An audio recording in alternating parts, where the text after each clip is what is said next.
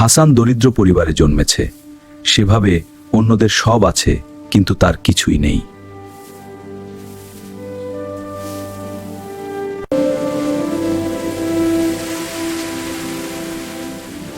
আমি কি কম জীবন দিলেন? আল্লাহ কেন আমাকে এমন জীবন দিলেন? সবর করো। আল্লাহ যাকে পরীক্ষা করেন তাকেই বেশি ভালোবাসেন।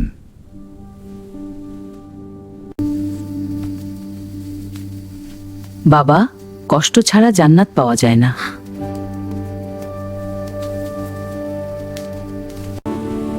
হে আল্লাহ, আমাকে ধৈর্য দাও।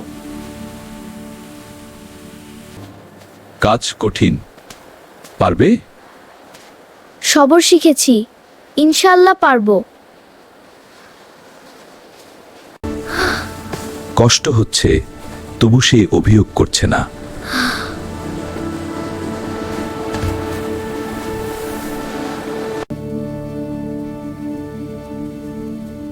আজ আমার ছেলে নিজে রুজি এনে দিয়েছে।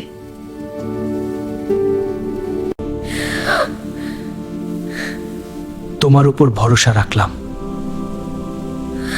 একদিন দোকান বন্ধ হয়ে গেল, আবার পরীক্ষা শুরু হলো।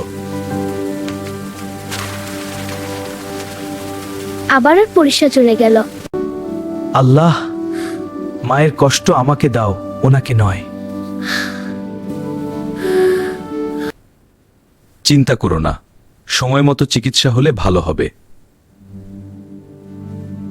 যে কষ্টে ধৈর্য ধরে আল্লাহ তার মর্যাদা বাড়ান।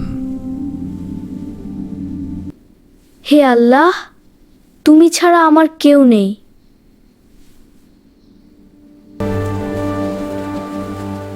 তোমার সততা দেখে তোমাকে নতুন কাজ দিচ্ছি।